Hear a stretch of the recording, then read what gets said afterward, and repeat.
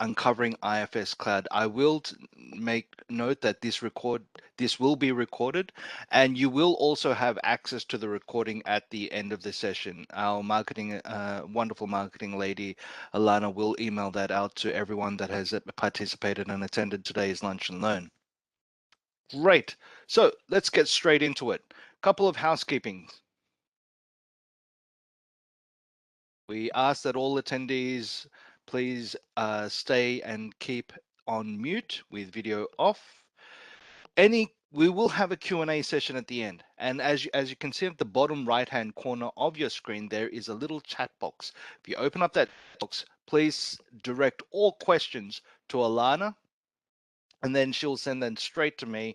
I'll collate all the questions, and at the end, if we have enough time to answer everything, we'll go through them one by one. I'll share it with the team. If not, we'll put that all together and we will send out a PDF documentation answering all the specific questions that have been raised in today's Lunch and Learn, and along with the recording and any other material. Let's move on. Right. Today's presenters. So you have myself. Some of you I have the pleasure of meeting in person or via Teams in the past. My name's Albert Lee. I'm the ANZ Sales and Marketing Director at InfoConsulting. And we also have our handsome Anthony Tran. He is our business consultant, specifically around maintenance and supply chain. And then we have our lovely Pujani, who is our lead business consultant, specializing in technical, also in asset maintenance. So these are your lovely presenters for today. Now, let's go into today's agenda. I'll be briefly talking about InfoConsulting and who we are, where we come from. Then I'll immediately hand it over to Anthony, who will be talking about IFS Business Process Automation. Final topic of the day, over to Puj, who will talk about Configure IFS Arena pages. And then, as mentioned, the live Q&A session. So that's what we will cover off. I thank you once more for joining us, even though it's well, I'm assuming we have people all the way from Melbourne to Sydney to Brisbane and every different area on a dreary day in Sydney. Thank you for joining us throughout your lunchtime. About InfoConsulting. InfoConsulting currently has 6 offices globally. This year, we're opening up 2 more offices in Germany and in Sri Lanka. Over 20 years experience with over 500 plus customers and 250 plus employees that are IFS certified consultants. Hence, we work alongside our clients as we believe trusted business and digital transformation experts. Our key focuses, not only globally, but also locally, are manufacturing. Discrete manufacturing would be the area that we focus on heavily, and then construction engineering, mining and mining services, and finally, service management. Now let's take that focus and let's bring it down to InfoConsulting ANZ. We are the only IFS Platinum Channel Partner. Now, when we talk about Platinum Channel Partner, we sell IFS, we implement IFS, we maintain, service, and support all our clients. One of our strong points is our Center of Excellence. We have an amazing team, and even in our European counterparts, we have a team of 60 R&D that are always on the go, trying to push the boundaries. Hence, I believe for the past 5 years running, we've won international awards with IFS, just being their preferred partner throughout the region, throughout Europe, and here as well. Our Center of Excellence is a wonderful tool that we support all our customers globally, locally, and regionally. So that's us in a nutshell. I'd love to share more about InfoConsulting, but if you would like to know, just reach out to me. At the end, there will be my email address, and either one of Anthony or Pujani, you can reach out to them. But I don't want to take too much time talking about us. Let's get straight into today's Lunch and Learn. Over to you, Anthony, for the first session. Thanks, Albert. So I'll be introducing a topic of IFS BPA. business process automation. So what is BPA? So BPA is the use of technology to automate routine day-to-day tasks. We can use it to streamline our business for simplicity, achieve digital transformation, increase service quality, improve service delivery, or contain costs during upgrades. As part of IFS's continuous goal to make the software easier to use, BPA functionality has been implemented within IFS Cloud through the use of a workflow engine. So the workflow engine is embedded within the IFS Cloud application that manages the business processes. So the workflow engine manages and monitors the state of activities in a workflow. These can then trigger manual or automated steps to be actioned within the business process. So this is what BPA looks like in IFS Cloud. Here we can see a workflow within the Workflow Designer in the middle of the screen. And the Workflow Designer can be found in the Solution Manager menu in IFS Cloud. So as it is embedded in the event framework, business process automations are initiated from custom events. So there are three types of business process automations available. So firstly, validation, which is configured to prevent users completing an action within the system. So it throws an error message without the need of configuration. Secondly, user interaction. So when a user performs an action and the business process requests the user to enter additional information regarding the transaction. And lastly, process enrichment. So this provides functionality where data is required to be created, altered, or deleted. So this tool is a visual way of modeling a process in the system, allowing for a more common understanding of ideas. And this takes configuring to another level instead of having to write PL SQL code. So this will make it a lot easier to configure the system without requiring certain persons, such as a business analyst or programmer who understands PL SQL code. So this puts the power in the hands of non-technical people to configure the system. It also makes it a lot easier to do system upgrades overall. So BPA is really about inputs and outputs, such as a stakeholder adding something to the system, which is through the Arena UI or IFS Cloud, or IFS Connect, or through the Internet of Things. So based on these actions, it is validated in the workflow engine.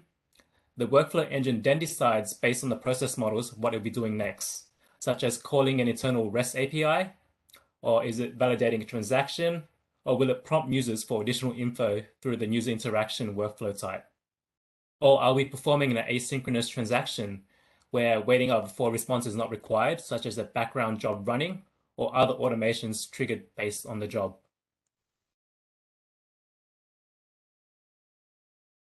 So lastly, what value it brings to the customer. So the workflow designer provides customers the ability to visually see what the correct output is based on the conditions provided.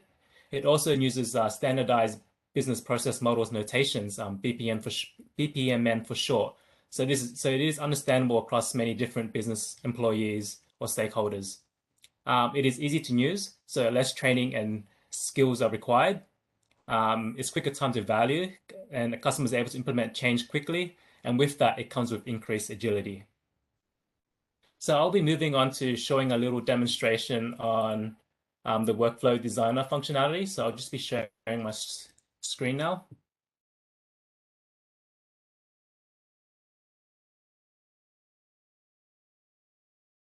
So in this demonstration, I'll be creating a simple user interaction workflow. So basically the scenario is to create a new state code and names in this page here, the address set up per country.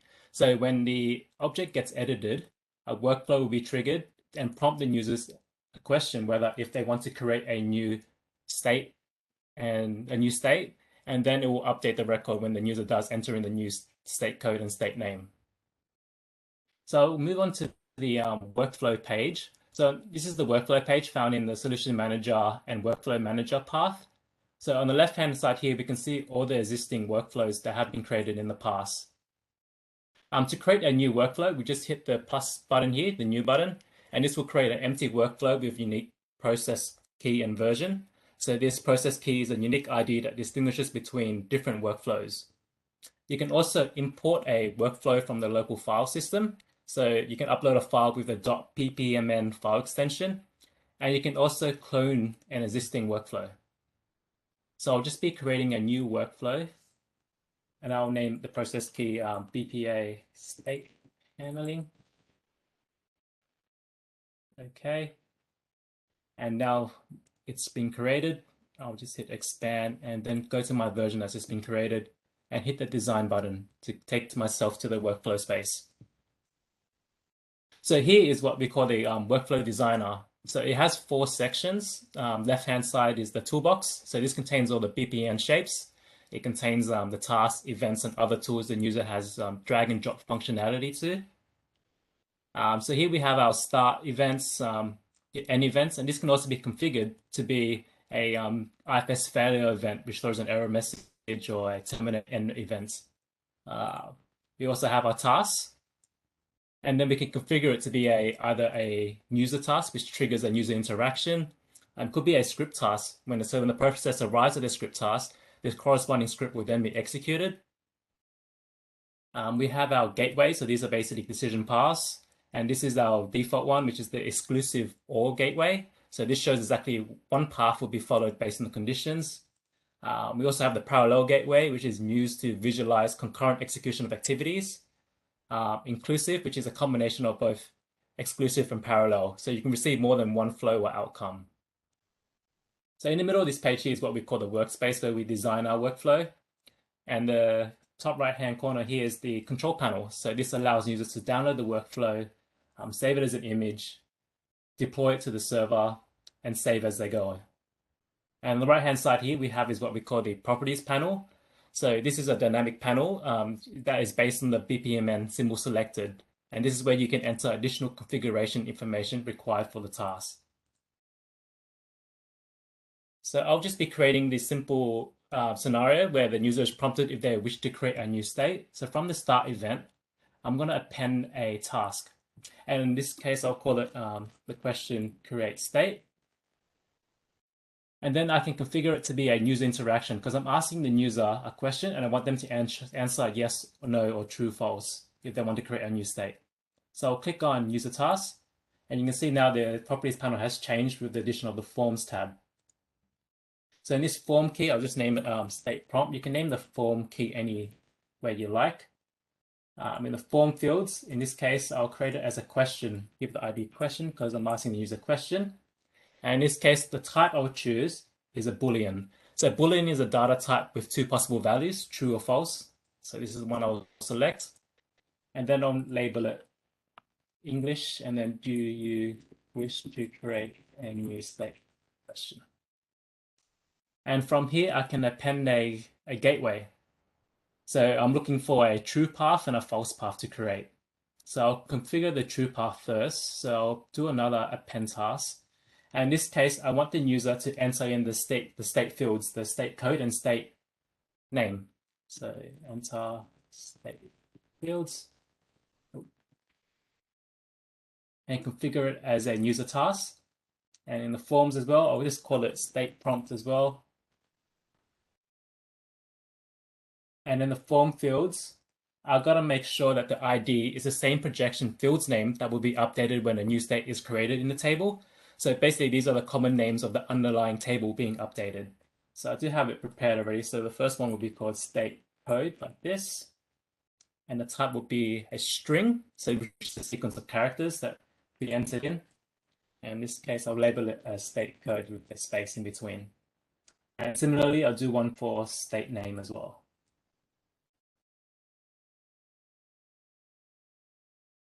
String.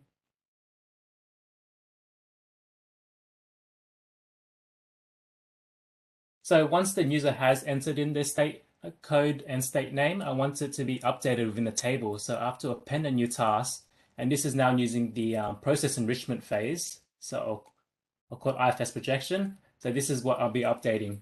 So now we have our properties panel changed to projection details, and I have a couple of actions to do. So we should read, create, update, delete, call.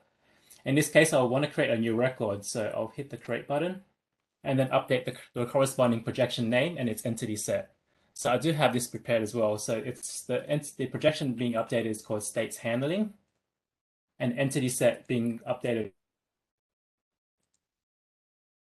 And I'll just name this code update create states.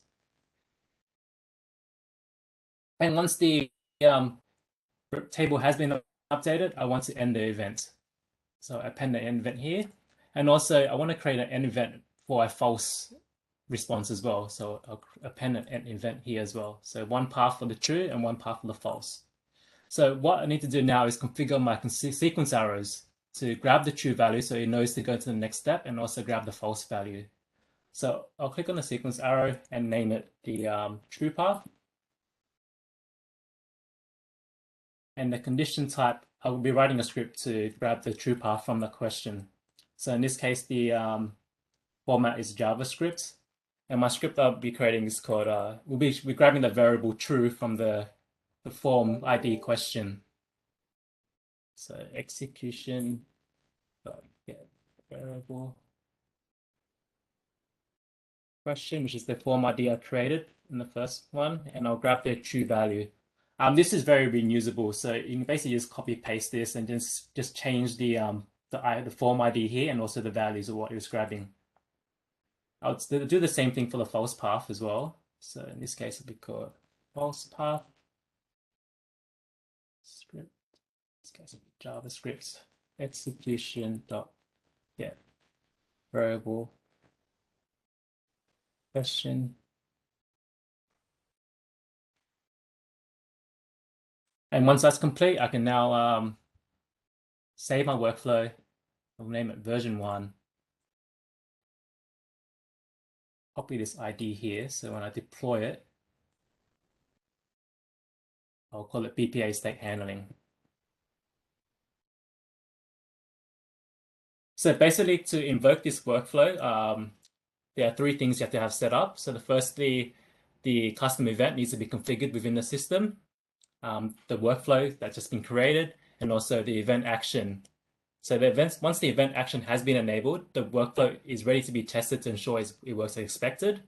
If you want to understand more about this process, please reach out to the context provided at the end.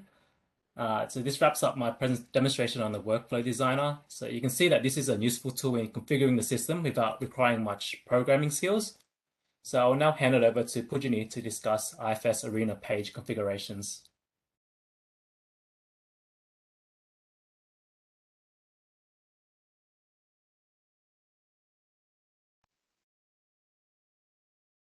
Anthony?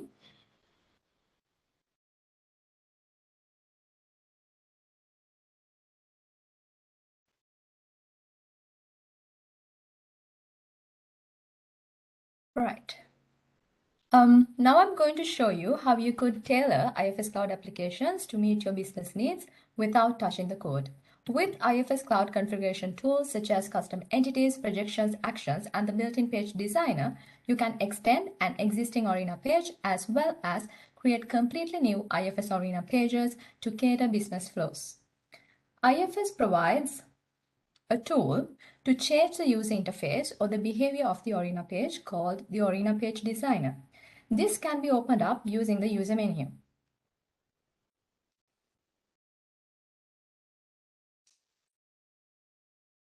Now this home page is a page that cannot be configured. Therefore, from the user menu, if you look into the page designer, it is disabled.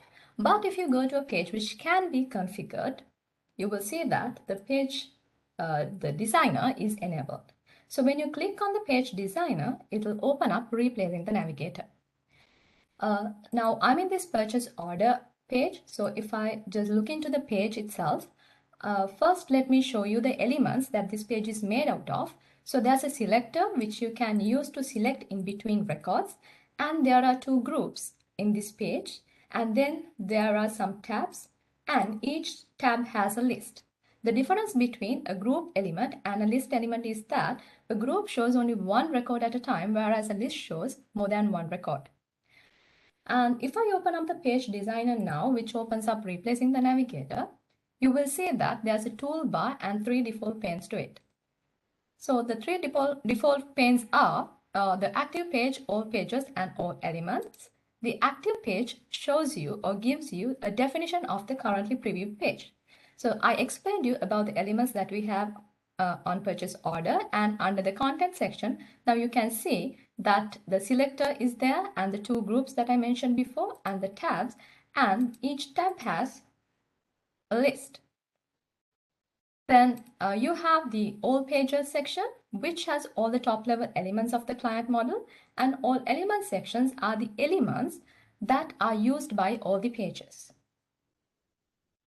So using the page designer, you can change the page title, you can change the section labels, you can change field labels. So let me do a few. So if I go to the purchase order and click on purchase order group, so it opens up the purchase order group in the below pane where I can give it a label.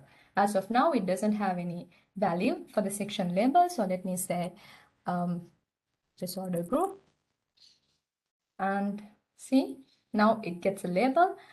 Because I have preview on, so you can instantly see the changes. I can even change the page title. So this is my active page. The label is purchase order. If I give it a different name, so the title changes. Similarly, you can change a field label as well. So if I go to the purchase order group, so it opens up here, and if I look into the content, I can see all the fields that you can see inside the group. So if I go to the supplier field and rename the label for the supplier, so here you go, it changes. And if I want, I can even change some properties like visibility, mandatory. Let me, for an example, hide the receipt date. So I can go to receipt date under content and then click on the three dots, and it opens up all the properties. And then I can click on visible property and then again click on it, then the date is gone. So I can hide the date as like that. And then if I want to change the order of the fields, I can do it by simply just moving it. Let's say the order code, I can drag and drop it. So it becomes the second element now. And similarly, we can change the order of the groups as well, simply by dragging and dropping. After doing your configurations, you can save the configurations and then you can publish them. When the changes are saved or the configurations are saved under the context global, therefore it's available to all the end users. Now, after that, let me show you how you can add a completely new field to the group. So first of all, you need to figure out what's the entity behind this purchase order group in order to introduce a completely new field. So the entity behind the purchase order group is purchase order. So I need to go to the entity configuration page and search for the entity purchase order. Then I can add the custom attribute. So the custom attribute that I'm adding could be a persistent field, which is an editable field which will be saved in the database, or it could be a read-only field. So the data types, we have different data types, and if you want a field with a drop-down with a fixed list of values, then you can select the data type as enumeration. There's a page called custom enumeration where you can create the fixed list of values. For an example, purchase order priority, if in the drop-down you want these values, priority 1, 2, 3. So you can first create an enumeration and then create your attribute of type enumeration and give the enumeration that you created. So since we have limited time, I have already configured or added a field called purchase order note. Once this is added and once the field is approved, we need to synchronize the entity. And there will be a command or a button here called synchronize. When I click on it, it will synchronize the entity. And then I can go to the purchase order page and then refresh the page. I need to refresh the page and then open up the page design again. And then under the purchase order group's content, I can add a new field and select the attribute. So since I have already created it, I didn't have to refresh the page. I can straight away select the purchase order note attribute. And if I want to make it mandatory, then I can check the required field. And yes, and then I can save. So if I don't like the changes, I could undo it. If I want the changes, then I can publish them. And as you can see, everything saves under the context global by default, and the configurations are available to all the users. Right, so now you will see that the custom field is available here. And if I don't like the label that it already has, then I can change it once again from the properties. So I can go to custom field PO note, and then I can give this a proper label. save and publish the changes. So if I try to create a new record, purchase order note is now a mandatory field. Right. So let's say if you want to create a completely new page like the employee task details, where you need to assign a task for different employees. So if you want to create a page like this, which is where you have a select over here, a group and a list. So the relationship between the group and the list, as you can see, is created based on the employee number. And for a given employee, you can assign tasks, update or delete tasks. So if you want to create a page like this, the first step is for you to configure the entities. So already you have employee details in the application. Therefore, already you have an entity for employees. You already have a database table for employees. So the entity is company person. But the tasks, you are newly introducing the employee tasks. So therefore, you need to have a table to store the task records. So for that, you need to create an entity for tasks which you can create from the entity configuration page. So I have already created the entity employee task with the attributes that I want for that employee task entity, employee ID to uniquely identify an employee, and the task ID and task description are the custom attributes that I wanted. But having an entity is not enough. I also have to configure a projection, because in Arena, the client pages cannot directly speak to the database. It always speaks to a middleman called projection. So the client speaks to the projection speaks to the database and query the output that the client needs. So therefore, after getting the entities done, you need to configure a projection for this page. And when you're configuring a projection, you can go to the projection configuration page and create a completely new projection and introduce the two entities that you want, and then the relationship between them. So I have given the relationship a name, employee task, ARR is the employee relationship name, and the key mapping in between the parent entity and the child entity are employee number and employee ID. So this is the parent entity, which has employee number. This is the child entity, which has the employee ID. So that's how the two elements are connected. So that is given as a relationship in the entity associations. And then you have a section called custom actions. But this section is used only if you want to expose an existing PLSQL method through your projection. Once that's done, once all your configurations are approved, you can publish the configuration as well. Once the projection configuration is completed, now you can create the page based on this projection. So there's a page configurations command that is here, which we can click, and it will take you to the page configurations. I have already created the page. That's why it's appearing here. But if I try to create a new page, it'll take me to this, and I can run example, say employee task. And I'm creating this page based on which projection, that is employee task handling.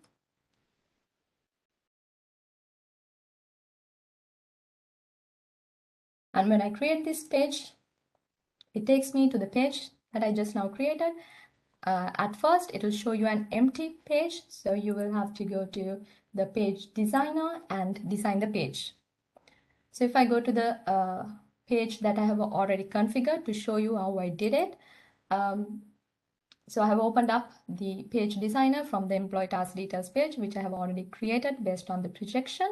So as you can see, under the content, I have the selector, group, and the list. So the first step would be, when I'm designing the page, is to create all the elements that are required. So I have already created a selector, a list. So you just have to create new, and then you have to pick the entity. So you're creating your selector based on employee or company person entity, and group also based on the company person entity, and task based on the employee task entity. So that's why when I'm creating a selector, so for the entity, I need to pick employee company person.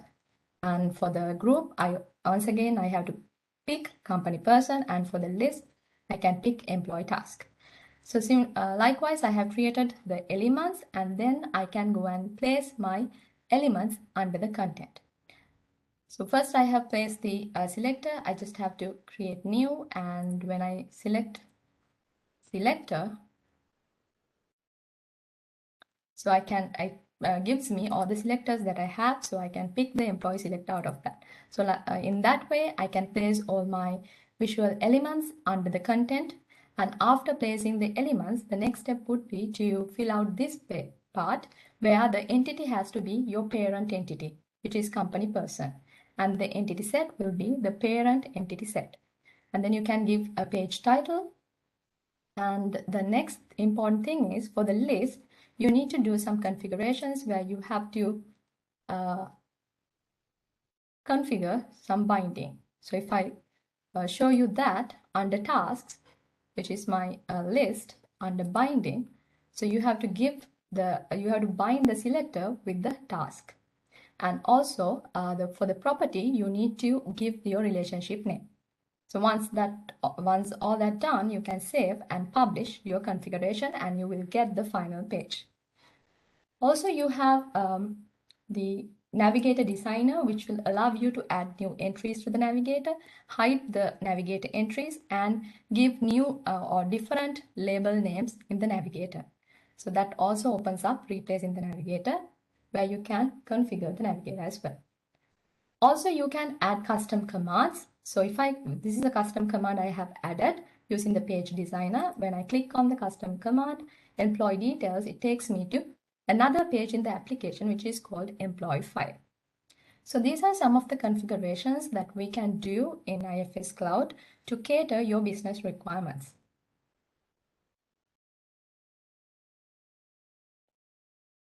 We briefly discussed about on the functionalities and how we can create a completely new page by configuring entity, then by configuring projection, and then creating a page based on the projection. So you can create commands or buttons on pages to navigate in between the pages in the application itself, or to open up an operational report, a quick report, or to execute a PLSQL method, or to navigate to an external link.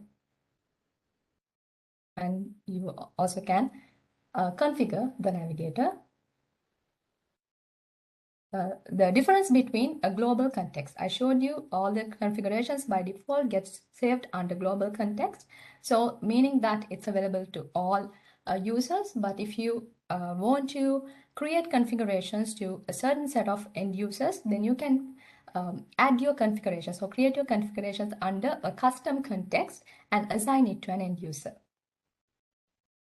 Finally, you have application configuration packages in the application which you can create in order to deliver your configurations from one environment to another environment. So I hope you have a sound understanding now on what configuration capabilities IFS Cloud has. Over to you, Albert. Excellent. Thank you so much. Thank you, Anthony, and thank you to Pujani for going over talking about BPA, business process automation, and also configuring IFS Arena pages. Thank you once again for everyone that has joined. This is when we come to the live Q&A session. As mentioned earlier on, there is a chat button at the bottom where you can just expand and type it in. Alana, our marketing lady, will collate all the questions.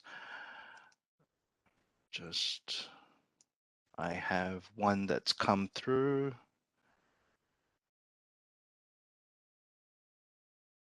Oh dear, my screen is... Oh, here we go. Number one, how are workflows triggered? I think this is towards you, Anthony. First question, how are workflows triggered? Anthony, would you like to take this one?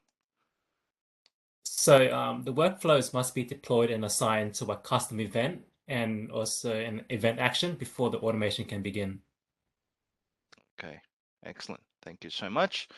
Next question. Sorry, guys, it's just buffering. It's coming in. Here we go.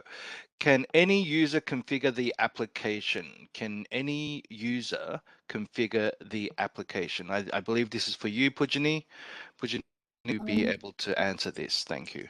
Yeah, so not every end user can configure the application. There is a specific permission set called IFS FND admin and custom objects admin. So those are the permission sets that should be there for an end user in order for them to do configuration. Okay, excellent. How are we doing for time? I think we got one more. Actually, I do have a few more questions that have come in, and as mentioned earlier on, if we're not able to answer all of them, what we will do as a team, we will collate all the questions and we will answer it all, and we'll send it off to everyone that has attended via PDF. But I think we have time for one more question. How can we assign a context to an end user? Yes, to assign the context to an end user, there is another page in the application called configuration context mapping.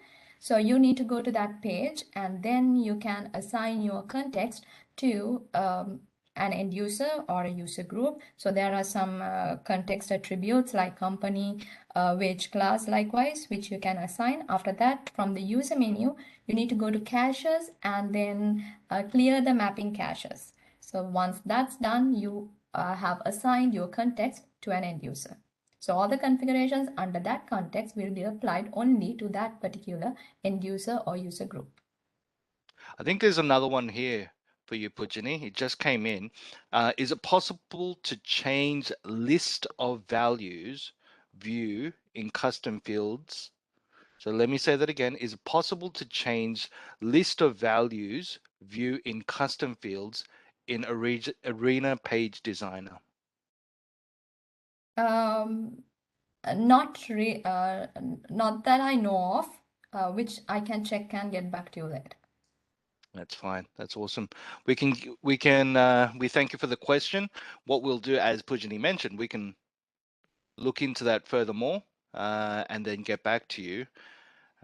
We got another one. Can BPMN trigger to party tools like M365? I think this one is for you, Anthony. It's M365, like Microsoft 365. I'm assuming it's Microsoft 365. If we can get a confirmation via chat. If so, yes, if there is a connection between IFS and it can trigger. You can listen in into any of the transactions that's coming through and then automate the process afterwards. Excellent. Thank you for all these questions. I hope we have answered as much as we could and to the best of our ability. As mentioned, there are a number of other questions that what we'll do, we'll collate it, answer them all, and then send them back to everyone so that everyone has a list of the questions and the answers. And not only that, today's recording in regards to this lunch and learn. At the end of the session, Alana, our marketing lady, will be sending out a link and it has a survey on it. If you can please spend a couple of minutes just filling out the survey, it will be a much benefit to us at InfoConsulting. It will help us improve further future webinars and lunch and learns. It'll be sent by the end of the week. Along with that, upon completing the survey, you will get, I believe it's a lovely Uber Eats voucher. So you'll receive that as well. So you can use that for yourself, or you can treat the kids over the weekend, or however it works. Thank you so much. So we draw the conclusion on our first 2022 Lunch and Learn from InfoConsulting. We thank you so much for attending today. We do hope that this session has been beneficial in understanding. We do understand that it was a little bit fast, so you will have access to the recording. And have a wonderful week. And thank you so much for joining us today. Thank you.